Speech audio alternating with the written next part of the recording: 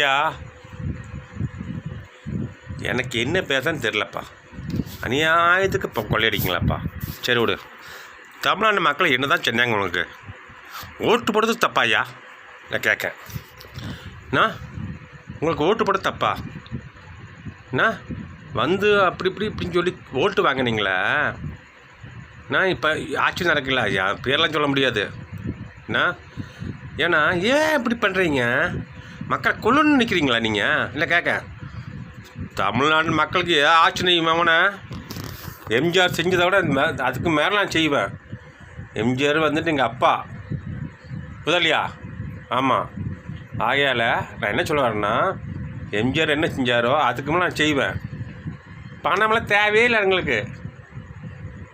மக்கள் இருந்தால் போதும் எங்களுக்கு. புரிதா? பார்த்துக்கிடுங்க. என்ன வேணால் பண்ணுங்க. தமிழ்நாட்டை நீ வந்து அழிக்கணும்னு நினச்சேன்னு வையே, வாய்ப்பே இல்லை ராஜா. ஆமாம், வாரிசு வந்துட்டு ஓகேவா? ஆகையால் நாளை இறங்க மாட்டேன். இறங்குற நேரத்தில் இறங்குவேன். ஆகையால் பார்த்துக்கிடுங்க. எனக்கு என்ன சொன்னதோ அதான் செய்வேன். ஆமாப்பா, தமிழ்நாடு மக்கள் நல்லா இருக்கணும். அதுக்காக தான் எம்ஜிஆர் கஷ்டப்பட்டார். எம்ஜிஆர் கஷ்டப்பட்டது அதுக்கு தான். ஏன் தெரியுமா? எம்ஜிஆர் வந்துட்டு தமிழ்நாட்டு மக்கள்கிட்ட தான் படம் நடித்து எம்ஜிஆர் காசில் தான் எம்ஜிஆர் தான் மக்கள் தான் பைசா கொடுத்து ஜெயிக்க வச்ச படத்தை ஓட விட்டாங்க. எப்படி? எம்ஜிஆர் படத்தை பார்த்து தான் அவங்க வந்து சந்தோஷமாக இருந்தாங்க. அதுக்காக தான் மக்களுக்கு எம்ஜிஆர் செஞ்சது. ஆனால் நீங்களும் திருட்டு பயிலுவா மண்ணு திருடுறது, மலையை அடிக்கிறது, மலையை உடைக்கிறது, மலையை உடைச்சி மணல் ஆக்கிறது. நான் கிடையாது லூசு பிள்ளாட. நீங்கள் 8 வழிச்சாலை 10 வழிச்சாலைன்னு சொல்கிறீங்க. வெளி என்னங்களா நீங்கள் சீக்கியா தமிழ்நாட்டை அழிக்க நினைக்கலா? ஏழு பார்த்து படிச்சு வந்துக்கிடுங்க. அண்ணா நான் வந்து சாவ முடியல, மக்கள் சாப்பிடுவாங்க. உங்களுக்கு எங்கே போனாலும் செருப்படி தான் வரும். இந்த ஆட்சிக்காரங்களுக்கு எங்கே போனாலும் செருப்படி தான் வரும். இந்த பெண்மணிக்கான மலையை உடச்சி மணலாக்கி விற்கிறான் நம்ம பெண்மணி. அவன்லாம் பீஸ் ஆயிடுவான். உண்மைங்களும் அவனை ஜெயிலு கைதி. அவன் அக்யூஸ்டி. அவன் லூசு பயிலாட நீலாம் இல்லை கேட்க. அவன் அக்யூஸ்டு. யார்? பெண்மணியா பொன்முடியா? அவன் அக்யூஸ்டு.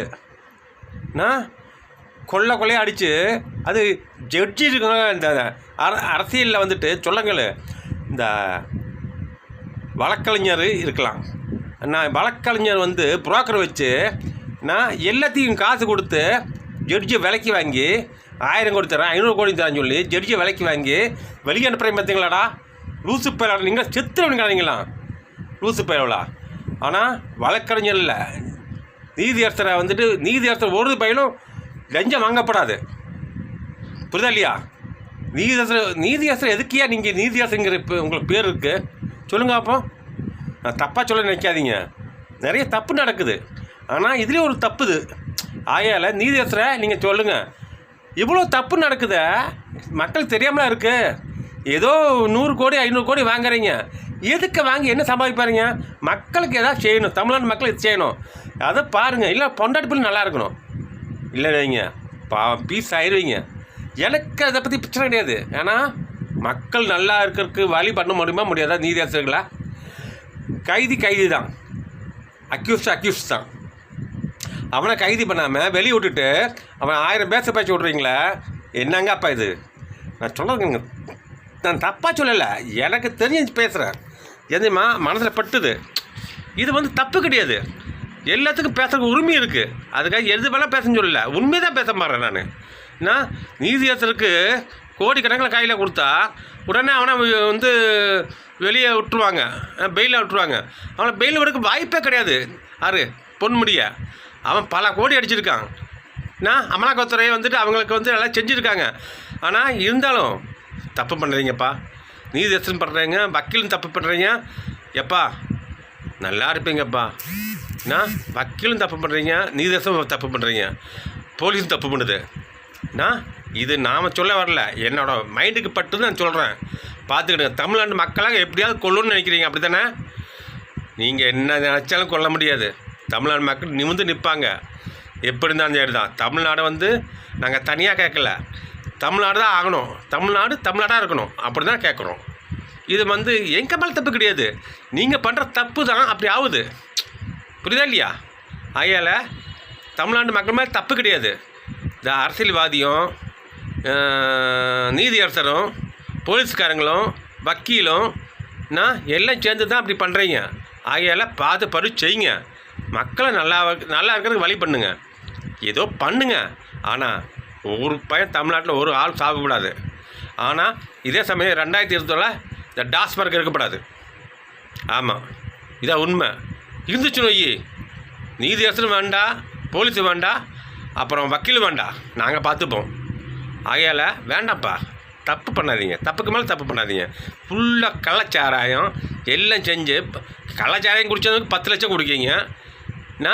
இந்த வைன் ஷாப்பில் டாஸ்மார்க்கில் குடிச்சு செத்தவனுக்கு 1 லட்சம் கொடுக்கல. என்னங்கடா பண்ணுறீங்க நீங்கள்? லூசு பிள்ளைல நீங்களாம். அவளை முதலமைச்சர்னு சொல்கிறேன், தப்பாக இல்லை. சே, எம்ஜிஆர் அப்படியே பண்ணார், எங்கள் அப்பா அப்படியே பண்ணார். சொல்லுவாப்பா, எங்கள் அப்பா அது எம்ஜிஆர், புரியுதா இல்லையா? பார்த்துக்கோ, பார்த்து பறிஞ்சு நடந்துக்குங்க. இங்கே எம்ஜிஆர் வந்துட்டு எம்ஜி ராமச்சந்திரன் வந்து எங்கள் அப்பா. என் பேர் ஜெயராம் ரமேஷ், பார்த்துக்கிடுங்க, ஓகேவா? ஆமாம், வேண்டாப்பா, தப்பு பண்ணாதீங்க, வேண்டாம். இன்னொருத்தன் வருவான், எவனாவது ஒருத்தன் வருவான், அவன் தமிழ்நாட்டை ஆள விடுங்க. தமிழன் தமிழ்நாட்டை ஆளணும். இந்த ஆந்திராக்காரனும் கண்டவன் வந்தவன்லாம் போனவன் ஆள வேண்டாம், தேவையே இல்லை. அதெல்லாம் நாள் முடிஞ்சு போச்சு, பீஸ் சைட். அதெல்லாம் இனிமேல் தமிழன் தான் ஆளணும்.